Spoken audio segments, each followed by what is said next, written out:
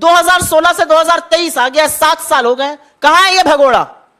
क्या कार्रवाई हो रही है इस पर? जो यूके में कार्रवाई चल रही है वो इंटरनेशनल बैंक्स कर रहे हैं, उससे हमारा एक को बैंक का लेना देना नहीं है, एक संस्था का लेना देना नहीं है, एक एजेंसी का लेना देना नहीं है।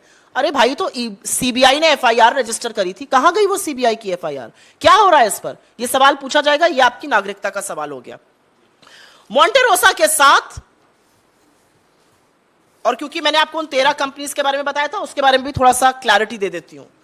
सोना आयात करते थे, इंपोर्ट आयात करते थे, लेटर ऑफ क्रेडिट सरकारी बैंक इशू करते हैं, वैसे ही मेहुल भाई भी लाते थे, वैसे ही नीरव मोदी भी लाते थे। उस सोने को ज्वेलरी बनाते थे, वो ज्वेलरी दुबई की कंपनियों को बेची जाती थी, कंपनियां पैसा देती थी, उससे धंधा चलता था। भाई साहब ने क्या किया, समधी जी ने, जतिन मेहता ने, उन्होंने 13 कंपनियों को बेचा सोना की ज्वेलरी बनाकर, जेवर बनाए, खूबसूरत ही बनाए होंगे, जेवर बनाकर बेचा उन्होंने।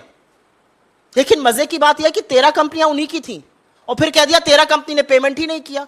पेमेंट नहीं, आप ही डकार गए वो पैसा, आपने पैसा हजम कर लिया, आपने चूना लगाया देश को, और बैंकों के मुंह पर चूना लगाकर आप देश छोड़कर भाग गए।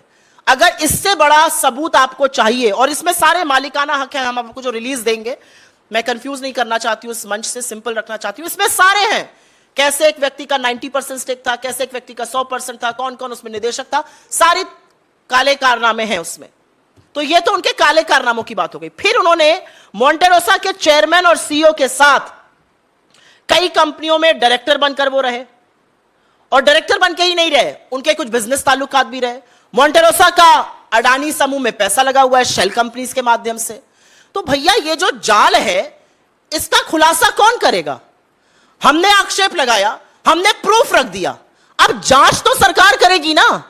या जांच भी, अगर हम जांच करेंगे तो हमें सरकार में जिस दिन बैठेंगे उस दिन दूध का दूध और पानी का पानी करेंगे। लेकिन जिस तरह से मोदी जी और उनका पूरा तंत्र इस पर आंख पे पट्टी बांधे हुए हैं, यह साफ है कि ऐसे भगोड़ों का संरक्षण ही इसलिए किया जा रहा है क्योंकि इनके तार अडानी से जुड़े हुए हैं। अगर ये भाई साहब समधी ना होते तो अभी तक हवालात में होते, समधी हैं तो पूरी खातिरदारी करी जा रही है।